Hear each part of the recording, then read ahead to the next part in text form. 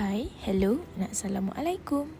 In today's video, we will be presenting about our group project for subject data and visualization, fraudulent claim on car's physical damage.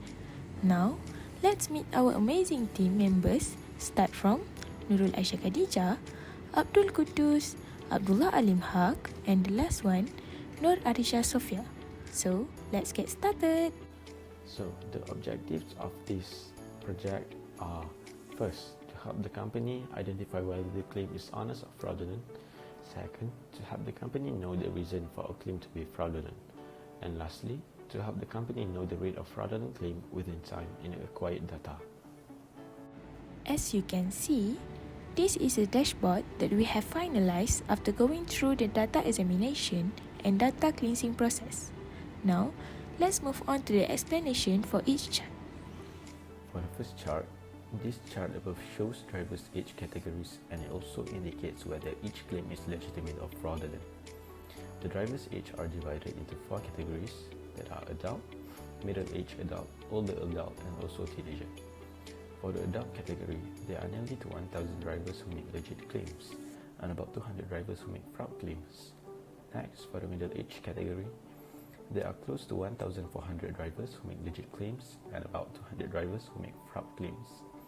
Furthermore, for the adult category, there are about 200 drivers who make legit claims and around 10 claims that are fraudulent. And lastly, the teenager category, there are only 2 claims which are legit, and there's none for fraudulent claims. Based on the data, the adult category got the highest insurance claims. This is because most drivers are among the adult category, so they have the highest potential to face an accident.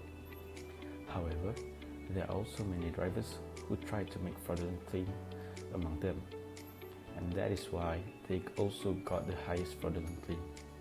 In a nutshell, the adult category got the highest fraudulent claim because most drivers are among them, while the category that got the least fraudulent claim is the teenager category, since many of them are not allowed to drive yet because they are not old enough to drive. For the second chart, the chart above shows the number of accident cases at different sites, which are highway, local, and parking lots. The number of cases also shows that there are legit and fraudulent cases. For the cases at the highway side, there are around 500 legit cases and around 100 fraud cases recorded. As for the cases at the local side, there are around 1,200 legit cases and around 300 fraud cases. Lastly, for the cases at the parking lot side, there are around 800 legit cases and around 100 fraud cases. We can see that the accident cases at the local side are the highest, which is around 1,200 legit cases recorded. This is because at the local side, there are way more people driving around there than on the highway and parking lot. Thus, it is more potential for an accident to happen around the area. However, this chart shows that there are still fraudulent cases recorded. This might be because there are people who want to claim the insurance money for their personal use. In a nutshell, high technology can overcome the problem to detect legitimate insurance claims. Thus, the company can improve its skills and knowledge to detect whether a claim is legit or fraudulent. The third chart. The chart above shows the education level of the drivers, and it also indicates fraud claims. The chart divided the education level into 2 different categories, which are high education level and non-high education level among the drivers. From the chart, 2,101 drivers got high education level background, and 1,841 drivers made a legit claim. The rest, 260 drivers make a fraud claim. Other than that, 899 drivers were not in high education level background, and among them, 725 drivers made a legit claim and 174 drivers make a fraud claim. It can be seen clearly that drivers who make fraud claims mostly got high education level background. This is maybe because they have high knowledge about the requirements to claim insurance pretty well, so they try to make a false claim to get benefits. This problem can be avoided by collecting all background data of each customer so that we can track if the claim is fraud or not. In conclusion, There are quite a lot of claims that were made by highly educated drivers if we refer to the data above, and among them, there are still quite some people who make fraud claims. Now, for the fourth chart. The chart above shows the presence of witnesses during each case that was reported to be an accident. Some cases have a witness, and there are also cases without any witnesses. From the data, there are about 750 cases that have a witness during the accident. These cases might be legit because there are witnesses during the scene. Besides, there are about 2,250 cases that do not have any witnesses. As for these cases, they might be fraudulent because no witnesses were present during the scene. By comparing the data, we conclude that cases that have a witness are lower than cases that have no witness. The cases that have no witness is higher because the drivers might be negligent during the accident when no one is around, resulting in accidents like car crashes into a tree or car fall. Unlike the cases that have a witness, those accidents possibly occurred in a crowded area. In a conclusion, we can see that cases that have no witnesses are higher than cases with a witness. Technologies such as CCTV can be a digital witness for these types of cases. To sum up, the higher ups can increase the usage of CCTVs, especially around rural areas. For the fifth chart, the chart above shows the number of drivers gender that claims insurance. It divides both males and females into two categories: fraudulent claims and legitimate claims. The total number of females who make a claim is 1,443 people, and between those people, 1,210 claims are legit, and the other 233 claims are fraud. On the other hand, 1,557 males make a claim, and between them, 1,356 claims are legit, and the rest, with a total of 201 claims, are fraud. From there, we can see that male cases are higher than female cases. This might be because most drivers are male, and we can see that quite often on the road. Thus, accidents are commonly faced by male drivers. In a conclusion, claims made by males are higher than by females, and there is only a slight difference between the claims categorized by gender. The chart number 6.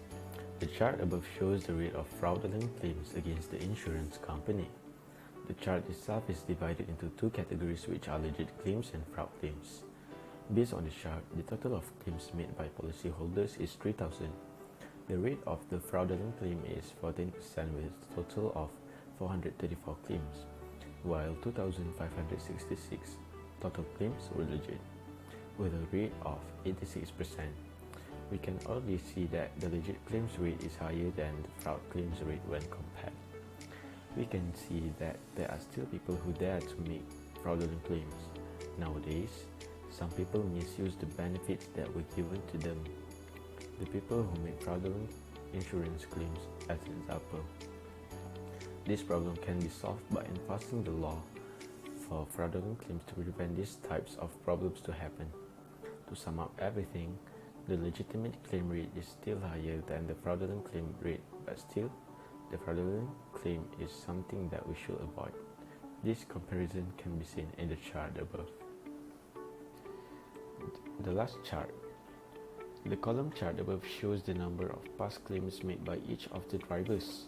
The most claims that were made in the past by the drivers are 6 claims, and also some first-timers haven't made any claims in the past. From the chart, we can see that most of the drivers that made a claim this time are first-timers, with a total of 2,134 claims. Among that number, 1,856 claims are legitimate, and the rest, which is 278 claims, are fraudulent.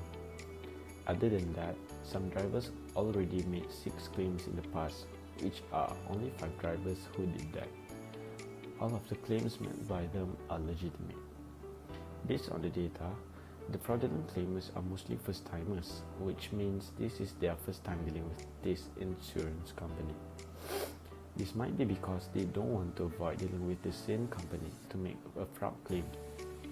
They might also think that they will get caught easily if they do it numerous times. In conclusion, we can see that the drivers that made fraudulent claims are first-timers. We can also see that the higher the number of past claims, the lower the number of fraudulent claims. For the conclusion, in conclusion, this data set is about identifying whether claims made by the customers towards the insurance company are honest or fraudulent. This is because the insurance company needs to avoid loss by paying expenses for the fraudulent claims. When we refer to the first objective, the company needs to identify whether the claims are honest or fraudulent. From the data that has been collected, 2,566 legitimate claims were made by the customers, which are equivalent to 86% in percentage. Other than that, there are also 434 fraudulent claims made by the customers, which is 14% of the total claims. This data can be referred to chart 6 to see the difference between those two claims. For the second objective, the company needs to know the reason for a claim to be fraudulent. Based on the fourth chart, there are around 750 cases that have no witness during the scene. From that, we can detect whether the claim was fraudulent or not, because the cases with no witnesses need to be investigated deeply so that the company can avoid losses. Other than that, legit cases usually have a witness during the scene, so whenever a claim has no witness, the company needs to confirm the validity of the claim. To answer the third objective, which is how will the company know the rate of fraudulent claims within time, the fifth chart displays the total number of fraudulent claims by males and females for the current month. There are about 434 fraudulent claims detected, and based on the data set, females made more fraudulent claims, which are 21 fraudulent claims more than females. We can also see that have more legitimate claims than females with a difference of 146 claims. Thus, for the current month, we can see the number of fraudulent claims, and over time, we can still detect the rate of the fraudulent claims. Overall conclusion, the insurance company detected quite a lot of fraudulent claims that were made. Not only that, there might be a lot of fraudulent claims in the future too. But this problem can be avoided by the efficiency of an insurance data analyst, manager of the insurance company, and also claim investigator job. These three rules are really important to keep the insurance company away from fraudulent claims. To enhance the efficiency of fraudulent claims detection, the company should first train their employees to build up their skills so that their skills will be more effective. That's all from us. Thank you.